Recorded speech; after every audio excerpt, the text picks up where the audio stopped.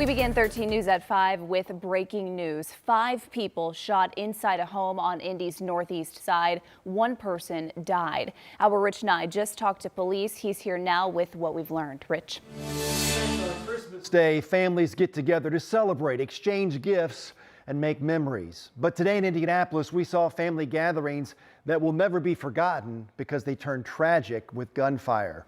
Police were called to a home on Meadowlark Drive about 12:30 this afternoon on a report of 5 people shot inside the house. That's near 42nd Street and Arlington Avenue. Police were met outside the house by a woman who had been shot. Inside the house, they found 4 children who were not harmed physically. They also found a man and a woman shot inside the house. They were transported to a hospital. That woman died at the hospital. 3 other adults self-transported to hospitals for gunshot wounds. And so to clarify, 1 woman dead, 4 more adults, a woman and 3 men in stable condition after being shot. It's devastating. This is horrific. We have to think about other people, not just ourselves. We have to do better. When you are a responsible gun owner, you understand that when you pull that trigger, where that bullet's going. Introducing it into a home, a residence with children around on Christmas, it's just not tolerable. We cannot do this.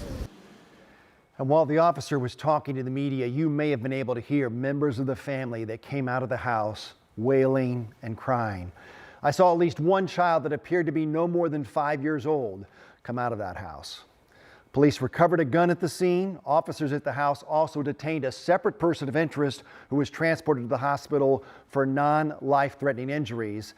That person did not have a gunshot wound. Not clear yet if 1 person shot all 5 of these people. Still waiting police to investigate that. Yeah, much more information to come, and we know you'll keep an eye on it. Sure. Rich, thank you. Also tonight, we are monitoring another shooting in Indianapolis. This one near Kitley Avenue and 46th Street. This one around 11:15 this morning. When police got there, they say they found a man in his 40s who had been shot. He was taken to a hospital nearby where he died. Metro Police say there was some sort of argument before that shooting. So tonight we're working to learn more about a possible suspect in this case. We'll be sure to keep you updated. Just after 5 o'clock now on your Christmas Day, I'm Samantha Johnson in for Anne Marie and Felicia alongside Rob Ellis. Merry Christmas, Happy Hanukkah. There's a lot to celebrate today. There is. Merry Christmas to you and to all of you. We do have some rain that's been around the area, but it hasn't been terribly heavy. It's just been enough to wet the roadways, so make sure if you're traveling, you're keeping that in mind. And I think it's going to be continuing through the rest of this evening and overnight. So it's one of those what you see is what you get kind of a forecast. I'll start with the radar because there's something on radar. And we do see the heaviest of rain a little farther to the south and west. Some moderate rain coming down now from Terre Haute to Bloomington. Probably going to continue for at least the next maybe 3 to 6 hours or so.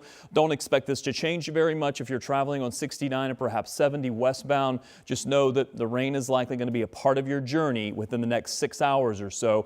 And you'll even have some rain chances, I think, all the way through the rest of our 7-day forecast. I mean, it really is a forecast that includes pretty significant rain chances, but at least it's not icy or snowy. We have 45. Our current temperature, we do expect these temperatures to drop a little bit, but not very much. Temperatures may only slide another 5 degrees or so over the next 8 hours. And I think, again, those rain chances stay with us. We may start to see that let up a bit during the overnight hours as we head into tomorrow's forecast. So rain for tonight, 41 are expected low temperatures. There may be a few locations that get into the upper 30s, but really staying very mild for the next really 24 hours and getting even warmer. In fact, by tomorrow at 10 a.m. we'll be about where we are now, and we'll surpass that by our high temperature getting into the 50s by the afternoon. And even though you do see more clouds on this forecast, there is a chance for a little sprinkle or drizzle in our forecast as we wrap this system up. And then we do expect a little chance for some scattered showers or drizzle. I have many more rain chances in the 7-day forecast, including looking ahead to the weekend. And I'll show you all of that coming up in just a few minutes. All right, Rob, thanks. We'll see you then. Today, one of Indy's most popular restaurants brought back an annual event to feed those in need this holiday season. For years now, Country Kitchen Soul Food Place has been serving up meals and smiles. And today, our See You New Yorker stopped by. Morning. Good morning. Early Christmas morning, dozens of Santa's little helpers gathered in the kitchen for a long-standing tradition. preparing a holiday meal. Why not? It's Christmas and this is what we do. And there's so many people that we take for granted has a meal or has gloves or has blankets. And so what a better way to start the day is serving our community with the legacy of what Isaac and Cynthia have done. For 16 years, Country Kitchen's soul food place on North College Avenue in Indianapolis has served meals and smiles for the annual free Christmas Day dinner giveaway. And this year is no different. Organizers tell me that as food prices rise, the need for support is greater than ever. We have over 100 volunteers that have donated their time to either prepare the food, triage the food, for lack of a better word, or to deliver food to homes. It is an amazing day to have this many people that have decided on Christmas Day to dedicate themselves to the Country Kitchen in our community. The goal is to serve at least 3,500 home-cooked meals with all the fixins. You don't need to touch That's what's happening. That's what's happening. From morning to afternoon, the line wrapped around the building with many people excited to get inside and take part in the festivities.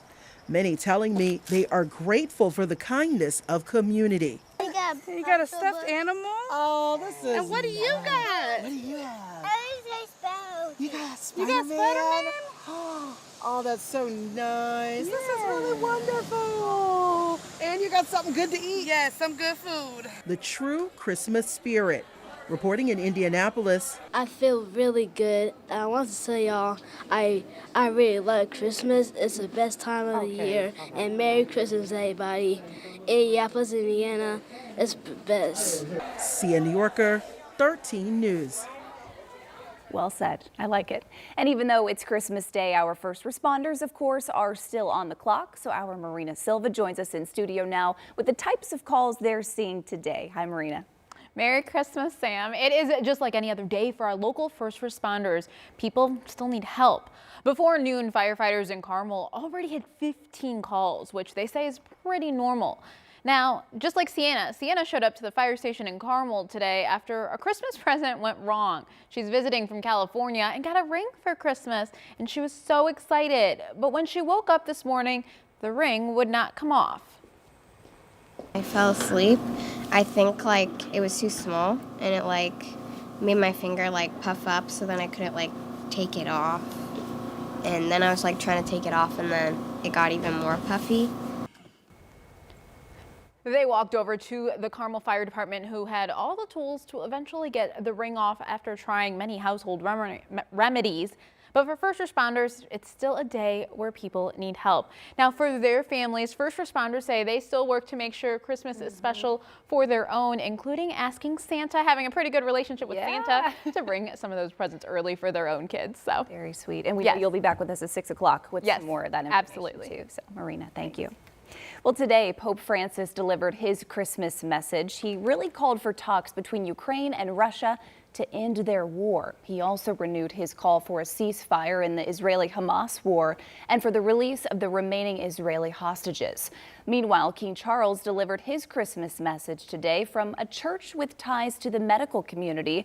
It's a break in tradition as the 76-year-old monarch continues cancer treatment. His message this year is one of hope and support and strength in diversity. Take a listen. Earlier this year, as we commemorated the 80th anniversary of D-Day, the Queen and I had the enormous privilege of meeting once again the remarkable veterans of that very special generation who gave of themselves so courageously on behalf of us all. Listening to these once young servicemen and women touched us deeply as they spoke of their comrades drawn from across the Commonwealth, who never returned and who now rest peacefully where they made the ultimate sacrifice. Also today, 5 years after a fire nearly destroyed Notre Dame in Paris, the newly restored cathedral celebrated its first Christmas Day Mass. Following the 2019 fire, nearly $1 billion in donations poured in from around the world to fix what is widely considered a pinnacle of French architectural heritage.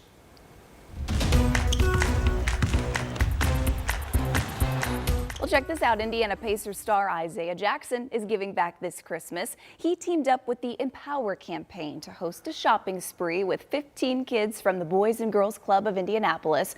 The goal today was to create memories that will, of course, last a lifetime and to bring in some extra cheer this holiday season. So Jackson helped the kids fill bags full of shirts and pants, jackets, shoes, and much more. Very fun. Tonight, a Greenfield man is taking his love for an Indianapolis Christmas tradition to the next level. Check this out. Mike Cotterman says growing up, he loved visiting Monument Circle, decked out in the lights every year. So when he took up 3D designing and printing as a hobby, he created a miniature circle of lights for his table's centerpiece. How cool is this? He shared these photos with us, hoping to spread a little Christmas cheer. Well done. Very cool. Good news tonight, there is still a chance. There was no grand prize winner in last night's Mega Millions drawing, so that means the jackpot on Friday is expected to be more than $1 billion. That would be a cash prize of more than $516 million. Not bad. If the jackpot does hit on Friday, it would be the 5th largest in Mega Millions history. Someone here in Indiana could miss out on $1 million when their winning Hoosier lottery ticket expires tomorrow. So someone bought the Powerball ticket at the Finish Line gas station in Kendallville, and on Saturday, June 29th, it hit. So now it has to be claimed by tomorrow afternoon at 4:30. So be sure to check your tickets if you traveled up north over the summer. Those winning numbers here on your screen and at WTHR.com.